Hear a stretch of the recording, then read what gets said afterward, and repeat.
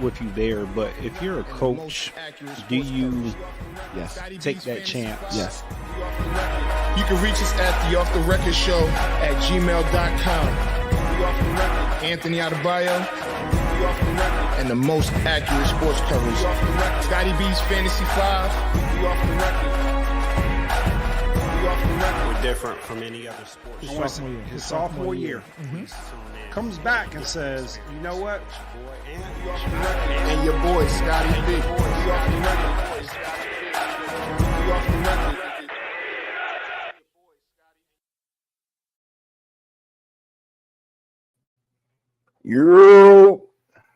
Yo, what's good? What's going on, man? It's Off the Record. I'm Anthony Adebayo. Boy, Scotty B, man. How's it out there in Vegas, man? It's nice. It's actually kind of cooler, but it's cool. I can't complain. I love Vegas. Hey, I love Vegas. Hey, what's there to not like about Vegas? Yeah, man. So, of course, the NBA in-season tournament semifinals is tomorrow. So, gonna be there live, trying to get some content for so people can see. You know, I think it's gonna be pretty dope, man. So we'll see. It's the first ever in-season NBA in-season tournament. I guess they call it the NBA Cup, right? And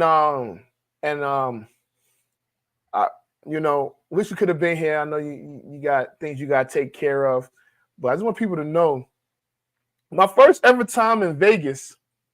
You remember NBA All-Star Weekend was that 06, 07? 07. That was your first time in Vegas? That was my first time ever in Vegas for All-Star Weekend. Okay. Yeah, so of course, I've been here plenty times since. But man, there's a lot to talk about. We in week 13. I think this is week 14 of the NBA season. Of course, we'll talk a little bit about the NBA in-season tournament. We did go to a game last weekend, and of course, you got the college football playoff. That's getting ready to start. And if you've been under a rock the last 3 days, then you don't know that Florida State didn't get in. And it's been the topic of discussion pretty much since Sunday afternoon, when it was announced who the 4 teams were that were in the playoffs, which are Michigan, Washington, Texas, and Alabama. So I guess I will go to you, Scott, because we haven't spoke about it, I think, almost purposely. So I don't know what your take is. So how do you feel about Florida State, for all intents and purposes, being snubbed out of the college football playoff? I think it's ridiculous. I mean, so I get it, right? You know what I mean? Like the big schools like Georgia, Alabama, like they pass the eye test and, that's who everybody wants in. But how do you penalize a team that was 13-0? I get they lost their starting quarterback, but they still had to play the games, right? And even if they're down to their third string quarterback, they're still 13-0. And I didn't think that it was fair to not put them in the college football playoff. I thought that they were slighted. And I thought they should have been in. So I agree. I agree for pretty much the purposes you said. And also, I don't like, I said it before, don't play on my face. I don't know why they're calling me about the internet service, but it is what it is. We're going to rock how we rock. But nonetheless, I feel like don't lie to us. Like, just tell us what it is. You want Alabama and Nick Saban in there to make money. Like you ultimately your job is to make money. Right. And Florida State met all the metrics, right? Now I get it. I get it that their quarterback, like you said, their quarterback is out. He's a monster, right? But we're talking about the ultimate team sport, right? And I get it. The last 2 weeks, they haven't looked great, right? Let's admit, Florida State didn't look great. But 2 weeks ago, Alabama didn't look great against Auburn. They did. Now, did they win? Did they win? Absolutely, they won. But you know what Florida State did as well? They won. They did not lose a game, and so in that stance, I get you want Alabama in there because I tell you what, the game to watch that's more interesting is Alabama-Michigan than Florida State without their starting quarterback in Michigan. And now here's my thing: I don't have a care in the world about playing Alabama as a Michigan fan. I don't have a care in the world about because you look at that Alabama team and I'm like, because I didn't think Georgia was that great. I knew Georgia was good, but I didn't think that they were unbeatable. It wasn't like the last 2 years of Georgia. You know, what people don't understand is you lose your quarterback, you lose a lot, right? So, and the other thing I would say to this, Florida State's defense is by far one of the best defenses in the country. So if you have, I mean, if you can't score, you can't win, right? And they would now. Do I think they would have lost to Michigan? Yes, but shoot, I think Alabama's going to lose to Michigan. So my thoughts on who's going to win the game doesn't even matter. I do think that Florida State's defense is better than Alabama's defense. If you're asking me, I think their defense is better. Is their starting quarterback better than Florida State's backup and third string? Absolutely. But me personally, I'm saying they should have put Florida State in because they set a terrible precedent. And yes, we're going to 12 teams, but when it gets to team number 10, 11, 12, 13, 14, you're going to be looking like, uh-oh. You know, it doesn't get easier because you're adding more teams. It's not going to get, because then you're going to have the Kentuckys who went 7-5 or whoever. So it is what it is. But I would say this. Michigan's going to win the national championship. You're going to be hard pressed, and you're going to be hard pressed to tell me that Michigan is not going to win the national championship. Go ahead, Scott. What you got?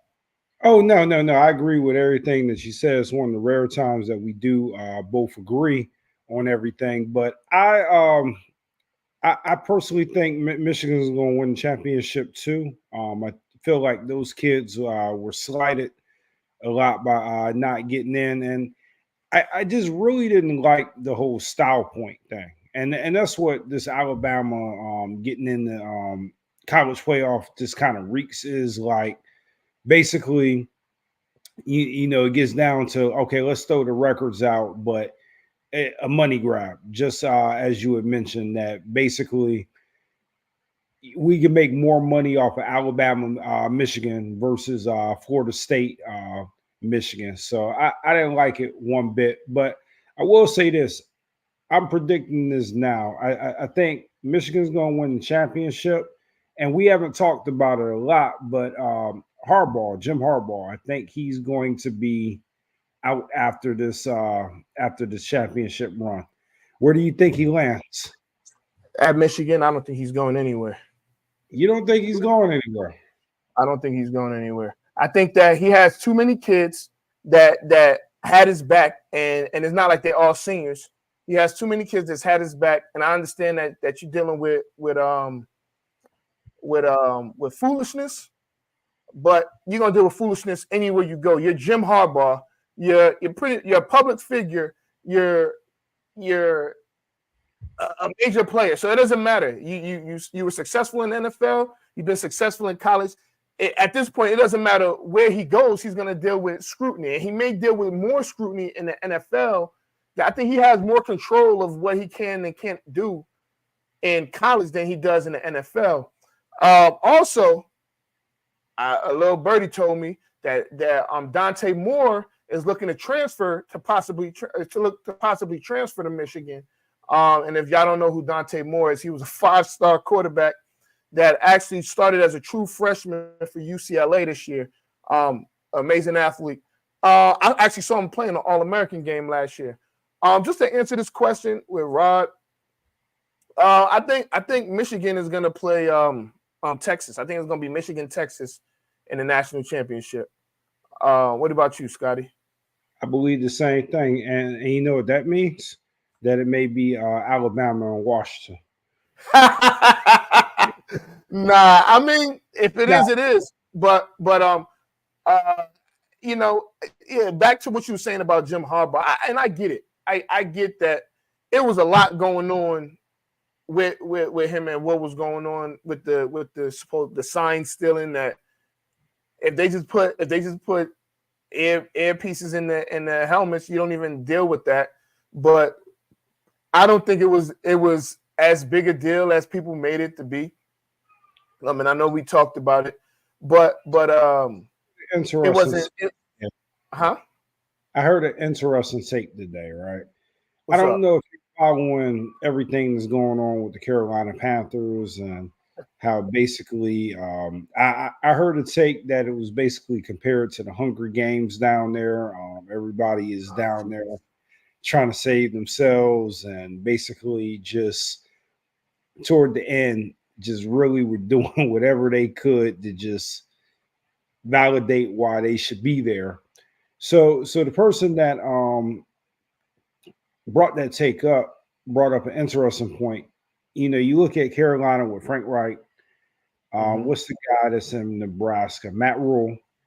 They've got $70 million tied up in quarterbacks. You know, basically, you know, he's paying Frank Wright to just get out of town. You mean in coaches? In coaches? Yeah, and coaches. Why not go out there and get Harbaugh? Are you serious right now? I think Carolina should make him an offer that they can't refuse. But they're gonna give him $1 billion?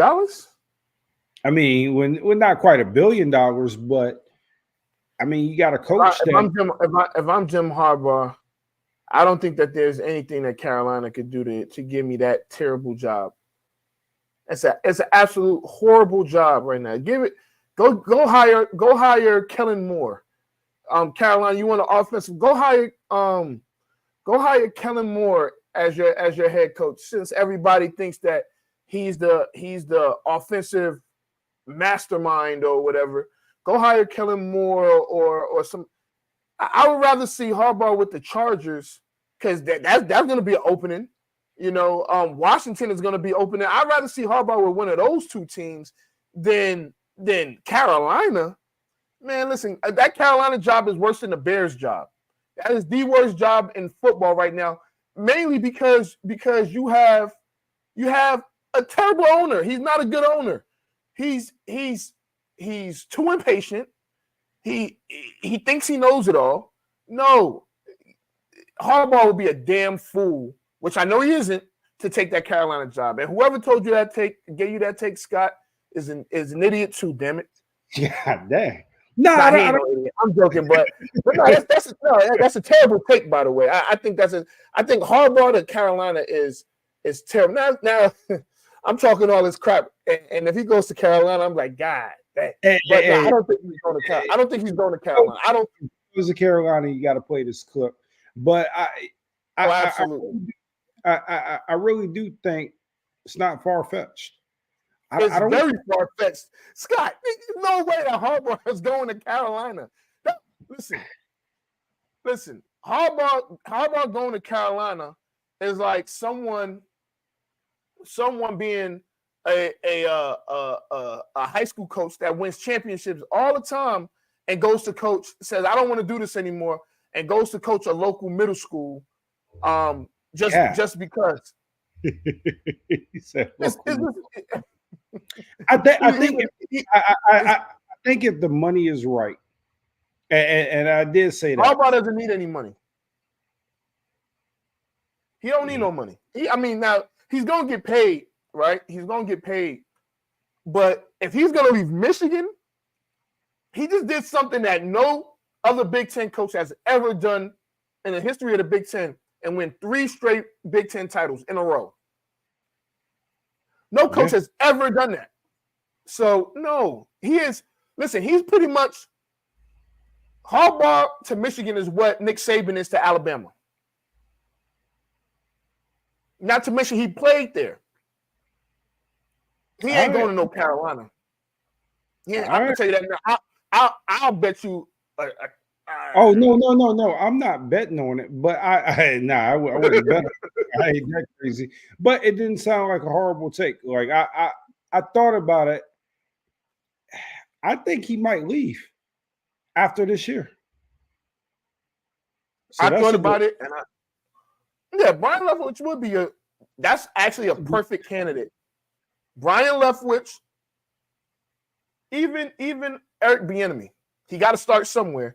Because you just think about this: if Eric Bieniemy, who pretty much has Sam Howell top 5 passing in the NFL, if he goes to Carolina, gets a couple weapons, they have to be through free agency. He gets a couple weapons, and he fixes. I don't even think there's anything to fix with Bryce Young. I think they just need to get a line and some weapons. They don't have anything, So if he was to go there, then I'll be like, okay, that's fine, So you don't we'll think see. Now, Bieniemy, go ahead. Do you think Bieniemy will be in the run for the Washington job? I was just getting ready to get to that. So we did go to the game this past weekend. We went to the Washington-Miami game. I will say that I had a ball, right? But I felt being at that game, and I told you this. I said Ron Rivera shouldn't make it to Monday. They're home already, so it's not like they got to get on a flight somewhere. They're home already. He should have been fired on Monday, right? Oh, absolutely. You bring in, you have Eric Bieniemy as he's already the assistant head coach. Now he's the interim head coach. And you see how this team looks from now, because they have a bye this week, from now to the end of the season. And is this the guy that we want moving forward? He's an offensive mind. He has Sam Howell playing pretty good. Despite having a terrible line. And is there some people that you feel is due to be a head coach, right? I feel like Eric Bieniemy is due to be a head coach. So if you give him a test run, ultimately, you give him a test run from week 15 or week 14 or week 15, I'm sorry, to the end of the season. What do you think? Because we've seen it with the Raiders, we've seen it with the Panthers, that coaches got fired mid-season, and those interim coaches turned those teams around. Now, they didn't get the job, but everybody on the outside looking in felt like they should get the job because of Biadasz was running for coach of the year. He was nominated for coach of the year as an interim coach. So I think you give him his shot there and go from there. So I agree with everything that you said. I think if he doesn't get a shot, I would leave Washington. Because I think he was brought in the premise. Huh? I was agreeing. I think he would have to. Yeah, I wouldn't stay there as an offensive coordinator if they brought in somebody else. Where does Josh McDaniels land? So Josh McDaniels is going to be. So I don't know if he gets fired this year, right? And this is the only. Oh no, he already got fired. What am I talking about? Josh McDaniels. He's gonna. Yeah, I don't think he's gonna go back to the Patriots. Because I don't think Bill Belichick is going. And I agree that it'll look like he's running back, but don't be surprised if he ends up in college as a coordinator. He ends up in college as a coordinator. I think he did get the boot like a month ago. I think so. I think if he wants to stay in the NFL, he has to be a coordinator. He can't. I don't think he's gonna get a head coaching job no time soon, because I think he's just too power hungry. I don't even know if it's. Yeah, I guess the Patriot way don't work outside of New England. So I would say I don't think he's power. He might be Lane Kiffin's offensive coordinator at Ole Miss. Yeah, I don't think he's power hungry. I just think he doesn't understand people. I think coaching has a lot to do with, can you lead grown men and can you motivate them? Now you have to know X's and O's, and it's a whole bunch of other stuff that goes into it. But one thing that you hear consistently about his time with the Raiders is they didn't feel like he had their back. Part of the Patriot way, I'm not going to get too far into it, but it is a system, right? And the system worked up there for years, and like you said, trying to run that system, I think Bill Belichick sometimes gets like not too personal, right? You know what I mean? Like it's almost too much of a business relationship to where, you look at some of the players that he's had over the years that, yeah, they may not have been the player that they were, or they may be like going toward the decline, but he'll trade them in a heartbeat for a draft pick, you know what I mean? And make it like real impersonable.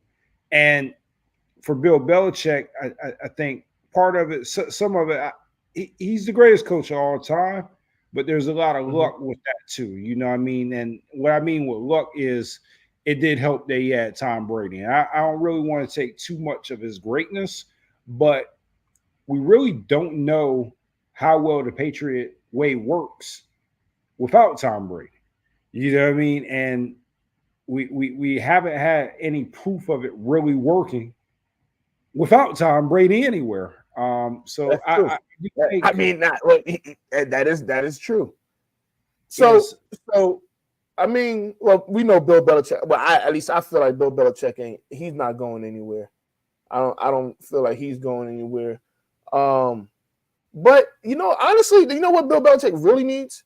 He needs young talent. Now I'm not even talking about the players. I'm talking about the coaching. I think he's too old school. There's no innovation, right? Their offense stinks. Now their defense is legit. Their defense is still pretty good. I know they laid some eggs, but the defense is still pretty good. So, but he needs a young, innovative offensive coordinator to come to that team and give them some sort of boost of energy, and get rid of Mac Jones. I think honestly, get rid of every quarterback that's on the roster right now. You get rid of every single one. I don't know if it's somebody other than Zappy. Get rid of them. You don't need them. They stink. Draft either Drake May, Michael Penix, even Bo Nix. You draft one of them and you go from there. But you get rid of, as soon as the Super Bowl, as soon as week 18 passes, you get rid of freaking, unless you got to have them, keep them until March 1st, but you got to get rid of Mac Jones, Bailey Zappi, or whatever the hell his name is, and some of them other hanger-ons, because they ain't getting it done. Get some fresh blood in there. I think you have move on. So you got it right with the coaches, but they need playmakers. Like, when's the last time the Patriots had, like you said, young talent? They need not just the coaches, but they need to go out there and draft like a playmaker, or bring in some playmakers that can really like energize that offense. It looks absolutely the same. And you know what? And you know what else? You know what we need to see. You know what to help Bill Belichick. This is me. I'm trying to help him out. He needs to loosen up. He like that old whip the stick, trying to be a disciplinarian. Be somebody that the players can relate to. You don't have to be their best friend, but be somebody that these players can relate to. Because, like, if you think about it, players have a lot of control over what's happening. Yeah, I know the NFL is a little different, but it's like, loosen up. Like, smile a little bit. You can smile sometimes. You know, show yourself in the locker room doing the dance. Do something where now the guys is like, I can relate to. Because here's the thing, Mike Tomlin is a disciplinarian, but you know what Mike Tomlin is? What he is? He's relatable. He's he's probably one of the best coaches in the league, and I think that Bill Belichick is football wise. I don't think there's anybody in the league that knows more than Bill Belichick, especially defensively, or special teams wise. But you see, Mike Tomlin was on a TikTok. Remember, 3-4 years ago, no, like 5-6 years ago, when Antonio Brown, it was like, don't post nothing on Facebook or Twitter or Instagram, whatever. While he was saying that, Antonio Brown was recording. Remember that? Or he was like on his story or something like that. Or he was live. Right. Now he went from there, which was like 2017, 2018. You went from there to now he's on the guy's TikTok doing little dances, walking your trap, take over your trap. And he's on TikTok with his players. So it's like you don't have to be this old school, yell in your face, I'm gonna be monotone and talk like this, and nobody knows. You're not showing any personality. Like nobody wants to see that boring crap anymore. Be relatable to the guys. Don't be fake, but be relatable to the guys. You know what I'm saying? Yeah, but I have to say this, right? I don't think he can. I think it would be as ingenuine. Like you can't like see Bill Belichick on TikTok. Like what is he going to be on there doing? That would make it even better. Nah, man. Man, Bill Belichick ain't doing that. And but listen, you know how cool it would be for Bill Belichick to who's on this? Isn't Juju on the Patriots now? Yeah, he probably hurt.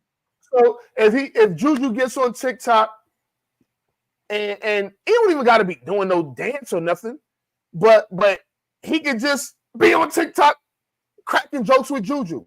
Or, that everybody's mic'd up. Tell a damn joke for once. Don't be so damn serious. Don't be so damn serious about life.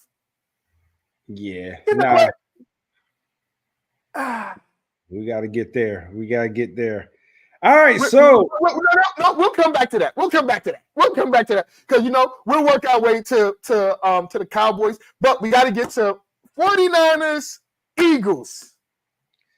Hey, yo, can I tell y'all something? Scott, you don't say nothing. Don't say nothing. So we left the Commanders Dolphins game early in the fourth, so we could get to I think we went to BetMGM to go watch the game, to watch the 49ers Eagles game, because I felt like it was clearly the game of the week. We was out already. We was like, let's go watch the game. We was already gonna go watch the game. So we get there, and I'm gonna tell y'all, before the game started, Scott said, we gotta get off the field on third down, right? So every time he kept on saying it, the Eagles were converting third down. Every single time he said it.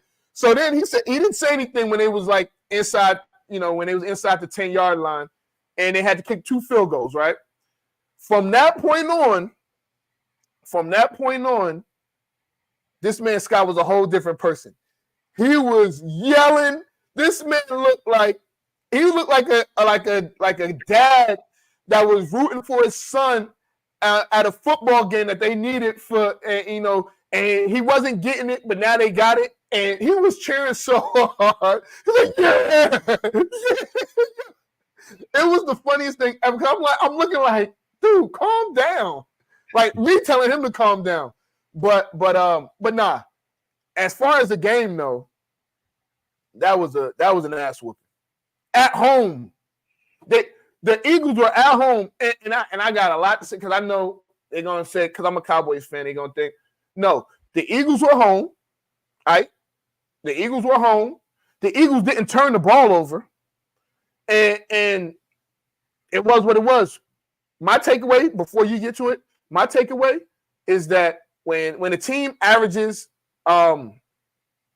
averages 9.4 yards per drive. Per drive. You're going to win. You're going to win. So the 49ers look like they took it personal. They got there in all black. And I'm actually wearing black now because the Cowboys play the Eagles. But this ain't about the Cowboys right now. Scott, the floor is yours. Hey, man, you didn't leave anything unturned. I mean, you're right. That game was everything to me because I kept saying I believe the Eagles were the best team in the NFL, and I felt like that this was a test.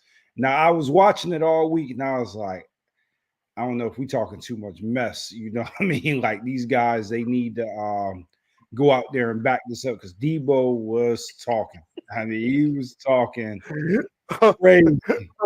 Hold on, wait a minute. That man made way too much money to have flea market and black Air Force. Yeah. My bad. Go ahead. I don't know. I thought they was fake. But Debo. But I mean, we showed out. We showed up and we showed out. And I'm not going to get too much on it because I think right now it's just a race for number one, right? You know what I mean? So you got the Eagles that had that number one spot. You got the Niners. Obviously, I think most people think we've kind of bounced back to earlier looking like the dominant team we looked like at the beginning of the season. And then you got the Cowboys. I think that everybody is rushing to get that number one spot. And right now, obviously, all those teams are going to make the playoffs, but it is a barometer test. It's the rest of the season. People want to see how each team is going to respond. So, Eagles, Dallas. I'm watching this game because I really, really, really want to see, can the Cowboys beat the Eagles? So, ultimately, well, first of all, don't say it like that because we beat them last year. But ultimately, the roles are reversed now. You want the Cowboys to win so you guys can be in first place. Yeah, so here's the thing. The Eagles, like, they're wounded right now. And I felt like they were wounded before they even played the 49ers. I thought it was a real thing when they were under home dogs. And remember, we talked about it last week that they weren't just 3-point underdogs at home. They were 6 points because you get 3 points for being at home. So when they were 3.5, I said, "Oh, this game is over, right?" And I feel like the Eagles. I said it right, and I just want to correct myself because I kept on saying that the 2019 Steelers. It was the 2020 Steelers, so it was the 2020 Steelers that went 11-0, and then they just fell off a cliff. And I remember I needed Ben Roethlisberger to have a decent game against Cincinnati on that Monday night. And he looked absolutely cooked. He looked like he didn't belong in the NFL anymore. He could barely throw the ball. He was injured. So, and I feel like the Eagles look like that right now. They don't give DeAndre Swift enough touches. I mean, he got smoked. He got smoked. But they don't give him enough touches. Jalen Hurts. Here's the thing: if Jalen Hurts doesn't run, they're not gonna win. Like if he doesn't give that running threat, he's not gonna win. They're not gonna win. And I think they had 5 runs. If that, I don't even think it was 5. We did a good job to him to run left. We scouted him great. And I think that helped. But you are absolutely right. If Jalen Hurts does not run, it is problematic for the Eagles. Yeah, I just think right now they're wounded. They're wounded, and I feel like I ain't gonna talk no trash, right? Because man, forget that. I feel like the Cowboys should win this game. I feel like that they. And I'm not going to say as easy. I don't think that they'll do what the 49ers did, although we have comparable parts. Not saying that they got the same parts, all right? But they have comparable parts because they don't have anybody that could cover CeeDee Lamb, right? You know, you could compare Brandon Cooks and Brandon Ayuk, right? Don't you think? Yeah. I mean, you get Tony Pollard in space. Now, Tony Pollard damn sure ain't no damn Christian McCaffrey. Christian McCaffrey he was having a field day last week. A field day. I mean, and here's the other thing. The Eagles, and I've said this pretty much since the summertime, that the Eagles secondary and the Eagles linebackers are mediocre at best, right? And I think we clearly saw that. Now, again, the Eagles secondary has been getting pretty cooked for the last month.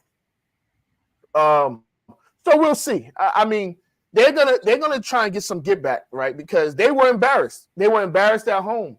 So I'm almost certain that they're trying to get some get back and take it out on us. But so you know who this game means the most to?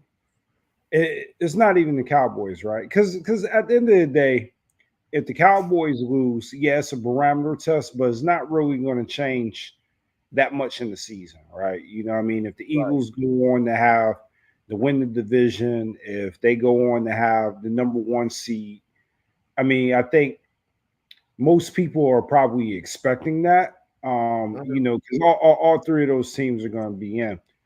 This game is for that. And I'm going to tell you why. This is what's going to propel him into the MVP conversation.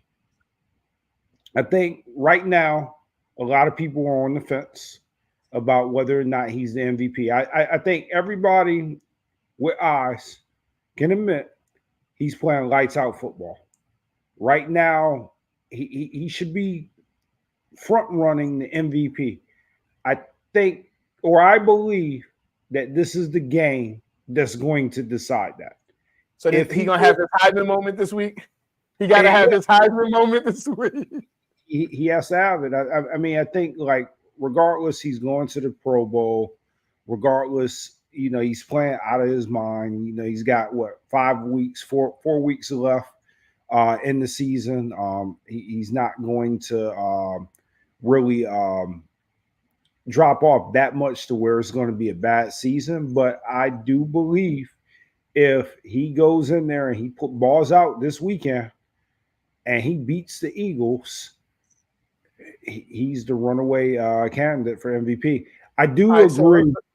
Yeah, go ahead and put that comment. No. So I got one last thing before, or you want to talk about the Tyreek Hill, but we'll get to MVP talk. I don't want to get off topic. So one last thing before we get to the winner of the week, right?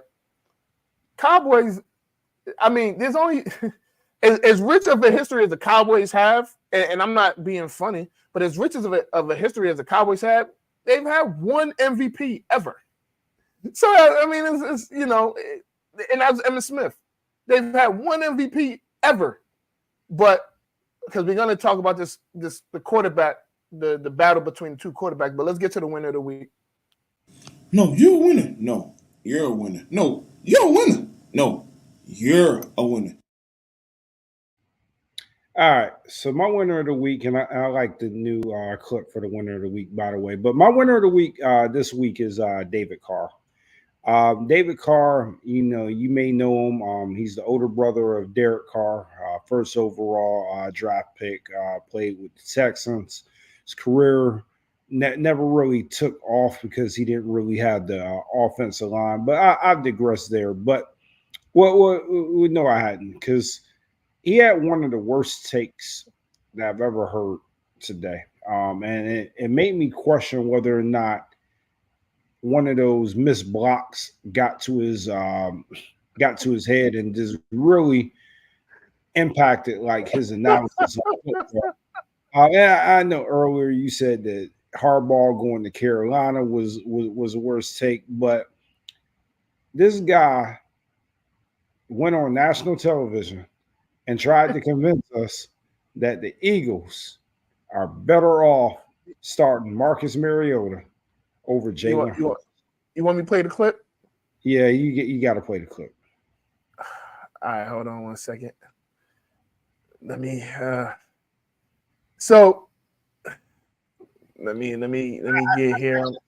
Yeah. I won't let everybody hear the clip, but I just want everybody to just think of how ridiculous that. Now keep on talking about it, and I get it. So his thought process is Jalen Hurts is hurt, and that a couple weeks if they give Marcus Mariota the opportunity, because their offense is based off of a running quarterback, and if Jalen Hurts can't run, that Marcus Mariota gives the Eagles the best opportunity to win, and it gives Jalen Hurts the opportunity to rest up.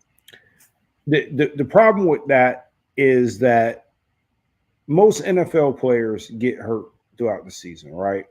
If they're never really going to be at full recovery until the offseason. Most players get nicked up throughout the year, and they can't. It's just a couple of weeks. Yeah, it may make Jalen Hurts feel a little bit better, but for the most part, it's not going to heal that knee completely. And out of all people, Marcus Mariota, right? We saw a little bit of Marcus Mariota last week. And we saw a lot of Marcus Mariota last year in Atlanta. We saw a ton of them just throughout the years between the Titans and the Raiders. He is a suitable backup, but to even put him in the same sentence as Jalen Hurts, who is also in his right an MVP candidate, to think that he's going to come in and give the Eagles a better shot, I thought it was the most ridiculous thing I had ever heard. But did you find the clip? I do have the clip. Let's hear the clip. Okay. This is share screen. Okay.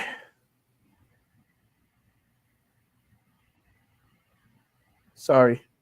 Clearly, Jalen isn't comfortable reading through a defense in a drop back pass scenario. Some would say he's not even good at it.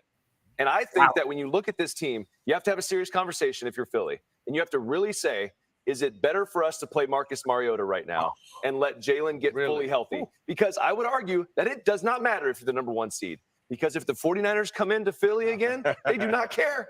They do not care. If raining in Philly doesn't matter. But irrelevant. You're the coach. You're Nick Sirianni. You go up to Jalen Hurts. He's like, I'm dude, that's I can be a play, crazy coach. Conversation. I can play. How are you going to tell me after I just got paid? We do all of this stuff. I'm in the MVP runner. We just had a board up there reading his MVP odds, and now you're going to telling me to sit.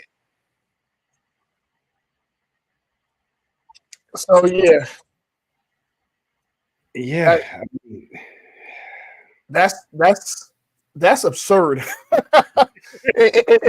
and oh man.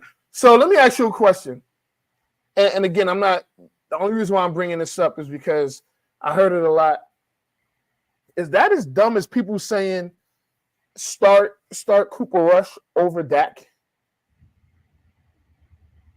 That's probably worse, actually. Yeah, that's actually worse. That's actually worse. I mean, both are pretty egregious. Mm-hmm. But I think that was worse. So I want to tell you why I think that's worse, because Jalen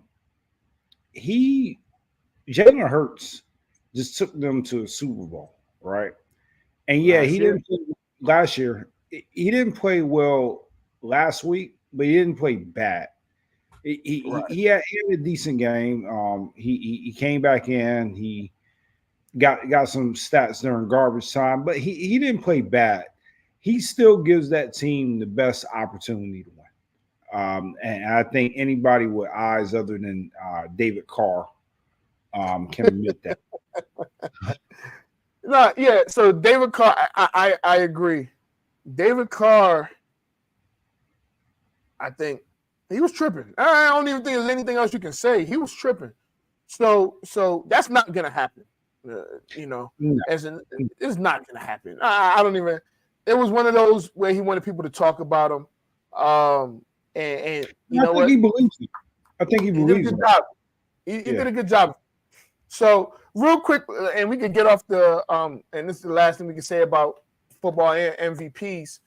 I think if we had to rank the MVPs right now, I think like the finalists is probably going to be Dak, Tyreek, and I guess you would say Brock Purdy right now because I mean, me personally, I would put Christian McCaffrey over Brock Purdy because I feel like, and I think he's having a good season. I don't want to take anything away from him, but it's kind of like what I said, like after week 5. I mean, he's throwing the guys that are wide open. Now, here's the thing. There were a couple plays in that game where these guys, the scheme had these guys running wide open because linebackers in Philly are terrible. They're bad. I mean, the DBs are just as bad, and so guys just running open. And I wish I was home so I could draw on on my whiteboard to show you what I meant, or if I, played a video, but I wasn't prepared to do no film study today. So we ain't gonna do nothing. But I mean, right now I would say Tyreek Hill is the MVP, right? And I think he should. One, I think he would be the first receiver to ever win it in the history of the league. Two, he's a hell of a teammate. I know Dak is a hell of a team. Dak is a leader. He's a hell of a teammate. But Tyreek Hill, man, is underrated, man. I mean, I know everybody saw how he was caping for Tua when he first got there, and yada yada yada. He did the same for Mahomes. But when you actually see it in person, like who scored the touchdown? I think it was A-Chain. And it was when A-Chain scored up the middle, his first touchdown. Tyreek went into the end zone. He dapped every single person up. When he got that 60-something yard touchdown, his second touchdown, where people said that Tua threw a bad pass when he didn't. But he scored that touchdown and ran all the way back down the field to give Tua his respect and whatever. And I mean, seeing it in person, you can see him always talking to the guys. He never trying to show anybody up as a teammate. And it's amazing to see, especially in person. If you don't go to a Dolphins game, I mean, if you haven't been to a Dolphins game when Tyreek Hill was playing, you need to go because one, hopefully they playing a sorry defense. It's going to be bombs over Baghdad. But two, you can see him for who he is, and I appreciate that more than anything.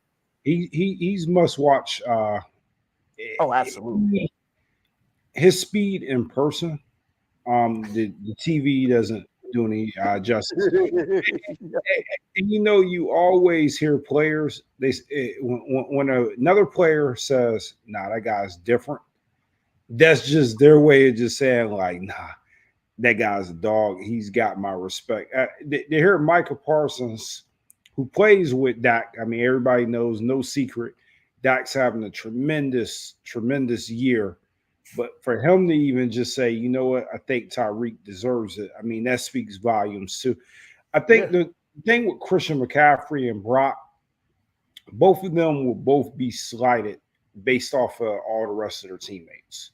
And what I mean by that is when you play with that much talent, is difficult. And you mentioned it too with Brock Purdy. He's got so many weapons that even though he's having a good season, I think it takes away from his how special how special he really is. No, I agree. Yeah, and you know what? And me, I would love to have those type of problems. I got so many weapons, I can't win MVP. All right. Yeah, because he's having a great season. I think McCaffrey will get consideration, considering that he is leading the league in rushing, and just he's been a do-it-all back throughout the season. But it doesn't top what Tyreek Hill is doing. I think if Dak Prescott has a good game and wins, you have to put him in that conversation. And the MVP award, somebody mentioned it, it is a quarterback award. Yeah. But if Tyreek Hill sets the record, I think it's pretty safe to say you're gonna be hard pressed. But you're gonna be hard pressed to give him MVP, and it's picking up steam for him to get the record. I mean, for him to get MVP. I wouldn't be mad at Tyreek Hill winning MVP. And but you know, Cowboys got Eagles, Bills, Dolphins, Lions next up. If they go through that unscathed or even 3-1 or whatever, and I mean, it's gonna be hard to say, yo. Yeah, you have to recognize it, right? So and a lot of those are prime time games, so it's like standalone games, like Monday night and Sunday night, and yeah, if he goes out there and he has the season that he's having now, and he goes out there, he plays those teams the same way, and he's playing out of his mind. I heard today somebody said that since he announced that he was going to be a girl dad, it just like changed him to where he just. That's so. That's foolishness, but I get it. And listen, again, I take it. I mean, whatever you want, but yeah, it's gonna be interesting. It was just saying, since he said it, he just has a different swagger, you know what I mean? And it is. Oh yeah, he talking his talk too. Yeah, so we'll see. I'm excited to see the outcome of the Eagles and the Cowboys, and I mean, it is the game. Who you got winning that game? Who you got winning that game? I got the Cowboys. I think that the Eagles are heading to. They're going to figure it out, but they're going through the same rut that we went through earlier this season, to where like you're just beat up, and you just got to figure out how to like rest your guys a little bit, reset. They'll probably do that before the playoffs, but I think that Dallas probably has them right where they want them. You know, they're embarrassed. Yeah. Let me ask you a question. This is my, and I ain't trying to be hot take-ish. Could the Eagles be a bit overrated? I don't think they're overrated. I'm just asking. I'm just asking. I think so. What I'm looking at this season is it's a lot of matchups, right? I think that when the 49ers are clicking on all cylinders, we're a really tough team to beat. I think the same. Hey, I was gonna ask that. I asked somebody that. I asked somebody this same question earlier today, and I didn't get a chance to talk to you. But now I'm gonna. So that's the question for you, Scott. Is there a chance of slippage? Is there a chance that the 49ers have some slippage in there in this game coming up against Seattle? And be honest, because I know what you told me about Seattle. So if you don't tell me, no. And I'll say it on the record. Seattle is a tough team to beat. A tough team for the 49ers to beat 2 times. It's a divisional opponent that is really fighting for their life. We're coming off a big win.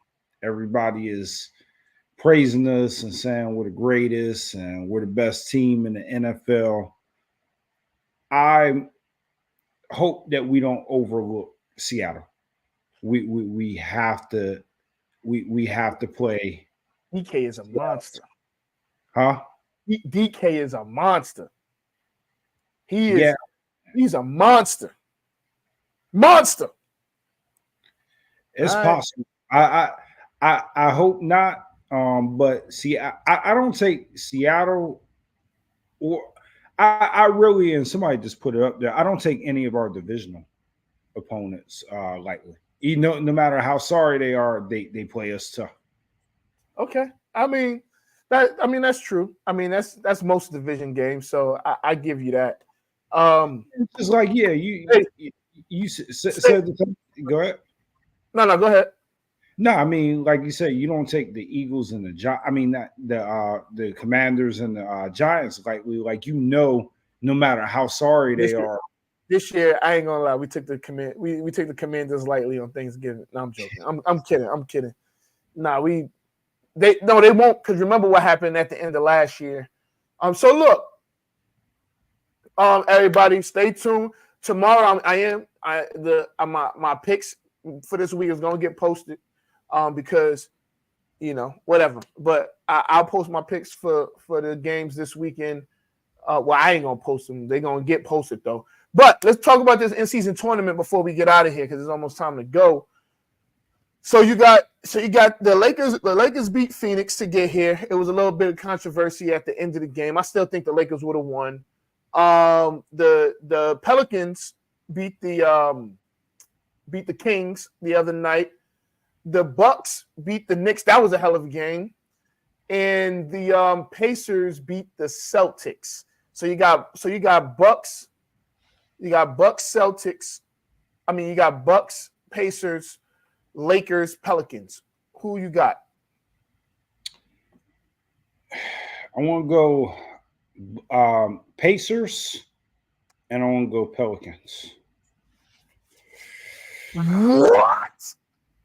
That, Scott, I can tell you now that's not going to happen. Now, Halliburton has been cooking, and the Pacers. I mean, that offense is really strong. I thought we were going to get Boston. I thought we were going to get Boston, Milwaukee, but I think that's what everybody wanted to see. But so who you got winning the whole thing? I'm going to go Pacers. No. I think Lakers. I think Lakers win. I think the Lakers are going to win the whole thing. And your battery's about to die. Yeah, I see that. So LeBron. Ooh. There you go. Hey, just turn your screen off for now. Just hit stop cam so you can still be here. I don't want to see you changing your battery pack. But I feel like the Lakers. I don't know. It's something about what I saw last night. And like LeBron, I don't understand it. LeBron is the oldest player in the league, and people still can't mess with him. He is not human. He's not human. I think AD's had over 10 rebounds in 5 straight games. Yeah. I think he's had over a double-double in 5 straight games or 10 straight games or something. I think it's 10 straight games. AD's balling too. I can't wait. I'm gonna be in the building. I may go live a couple times. So I want to tell you, I like this young Pelicans team.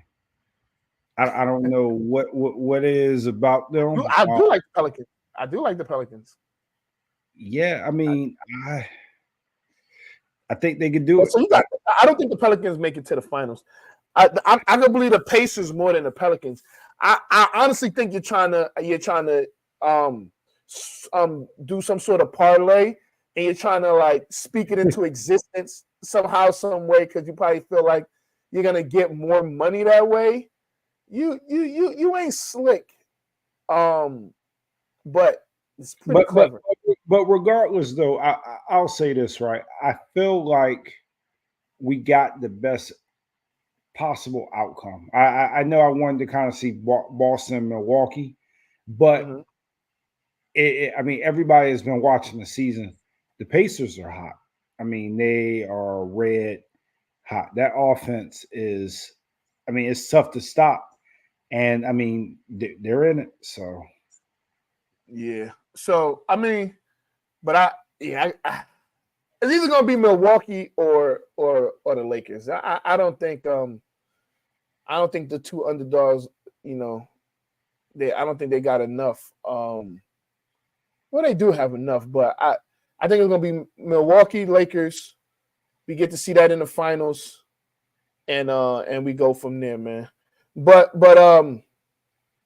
this man Scott never changed his battery, y'all. I'm snitching. This man never changed his battery. But nah, we'll see. But just for the record, on Off the Record. We got some some more content coming out. You know, go on our Instagram. We interviewed some people at the tailgate, and that was pretty fun. Don't be surprised if you just see some random people on your timeline at the in-season tournament. You know, we just gonna have some fun and go from there. This man Scott really, hey, Scott lazy. He ain't changed his battery. I thought you said don't change my battery. Just put it on. Oh no, I ain't doing too. No, it's cool. No, it's cool. It's cool. You know, it is what it is. You know, whatever. But yeah. But Scott, is that your parlay? Is that what you're going with? That's what I'm going with. I'm about to... So you got the Pacers winning the whole thing. Yeah, I'm about to speak it in existence now. That was a good idea by Phil. I hadn't thought about it in my parlay, but I'm going with. Well, actually, it was me that said it first. I said it first, but whatever. Yeah, but you know what though? This might be why I can't win any bets. This is the type of bets I'll be making. All right, man. So look, man. Again, you can follow us on Instagram, follow us on Facebook, follow Scott if you don't follow Scott. Follow me if you don't follow me. On all these platforms. Make sure y'all follow the show on YouTube as well, on the Off the Record show. I mean, all those links will be somewhere on Al Gore's internet. It'll be somewhere. Everybody be safe. Prayers up to anybody that was at UNLV. There was an active shooter. I don't know what's going on, so I kept my ass in the hotel. I ain't got time for that. I don't have time to be dealing with no active shooters. But if you're in that area, be safe. And if you're anywhere else, be safe, man. It's the holidays, and you know how people get crazy, man. So just make sure you're here next week so we could chop it up and have a good damn time. I'm gonna make sure. Hey, yo, Scotty, I'm gonna find a way to share this so we can get some music back so we close out this goddamn show. But nonetheless, man, I'll see you next week. We back in the building next week. This is Off the Record. I'm Anthony Adebayo. Oh wait, Scott, you got anything? Nah, I don't got anything. But be safe out there, man. Have a good time. Definitely. But this is Off the Record. I'm Anthony Adebayo. Where Scotty been? Who didn't change his battery on his camera because he's lazy. Anyway. Yeah, I saw the 3-minute mark. I said, nah, it ain't even worth it. All right, we out of here. Anthony Adebayo.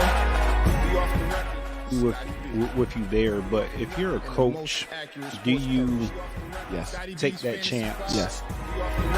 You can reach us at the Off the Record Show at gmail.com. Anthony Adebayo and the most accurate sports coverage. Scotty B's Fantasy 5. We're different from any other sport. His sophomore year. Comes back and says, you know what? And your boy, Scotty B.